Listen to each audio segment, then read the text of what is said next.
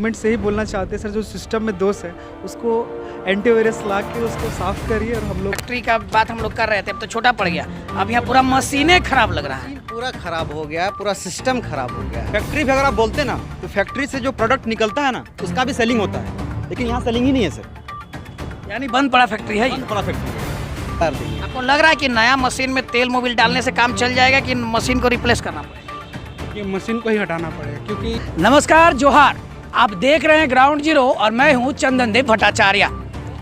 जिस जगह पर हम खड़े हैं ये है बेरोजगारों का फैक्ट्री।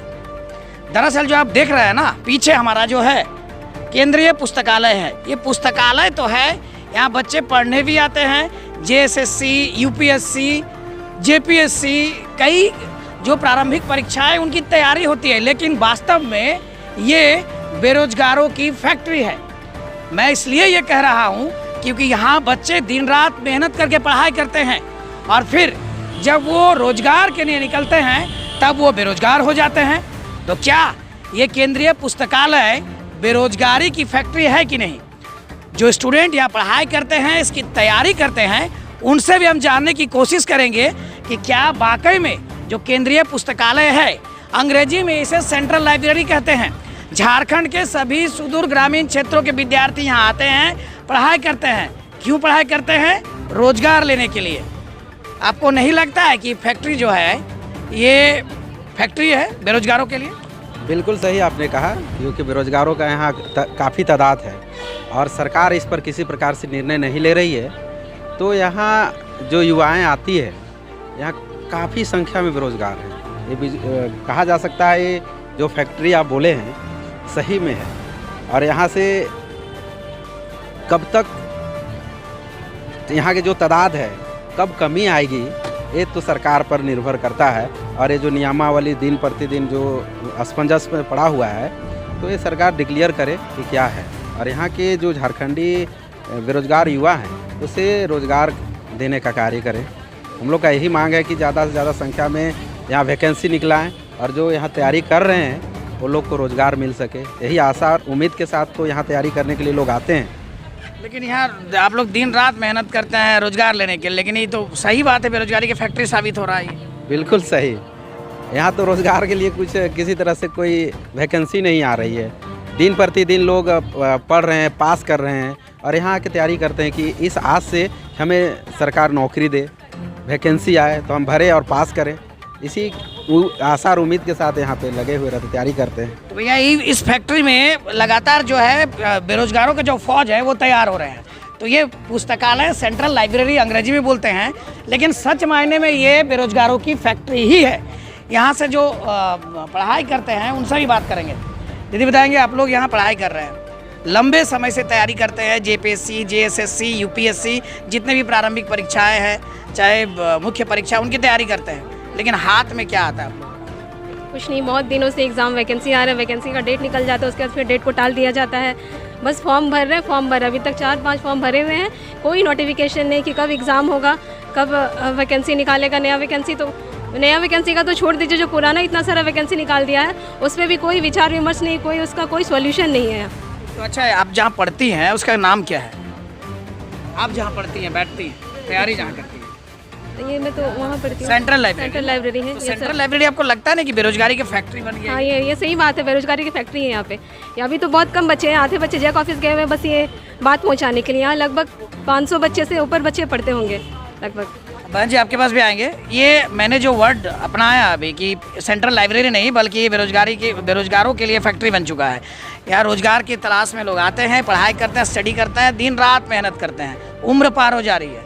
यहाँ तक ये भी कुछ युवाओं ने तो ये भी कहा कि उनकी शादी तक नहीं हो रही है। तो कहीं ना कहीं ये पुस्तकालय बेरोजगारी की फैक्ट्री तो नहीं बन चुका है? ऐसा कहना सही उतना नहीं है ये कि पुस्तकालय ये फैक्ट्री बन गया बेरोजगारी का।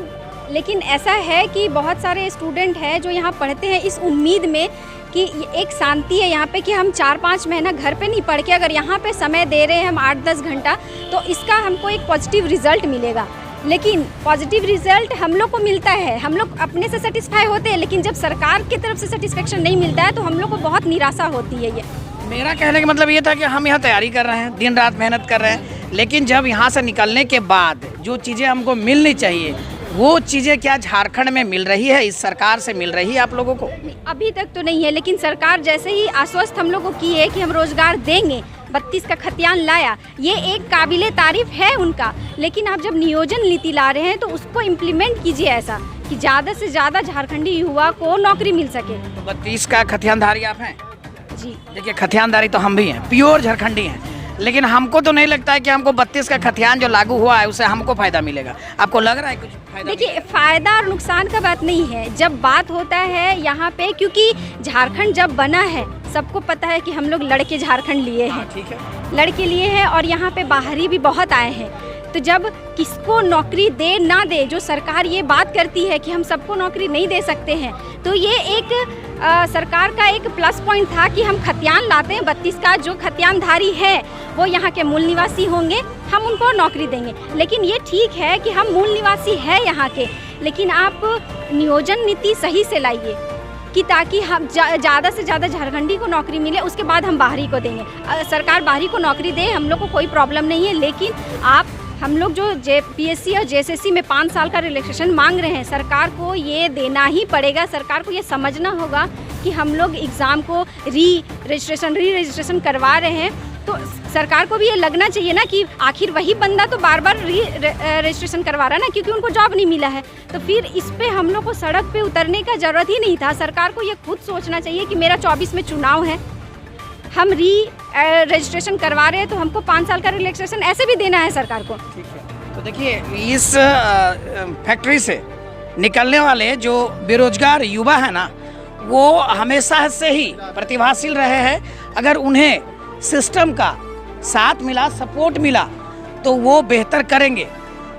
और भी स्टूडेंट हैं जो लगातार दिन रात यहाँ पढ़ते हैं। गुलाम जी, ये सेंट्रल लाइब्रेरी है जो हम लोग जानते हैं, लेकिन मेरा मन में कभी बात आई, कुछ स्टूडेंट से भी बात कर रहे थे, अब ये सेंट्रल लाइब्रेरी रहा नहीं, ये अब हो गया है बेरोजगारों की फैक्ट्री।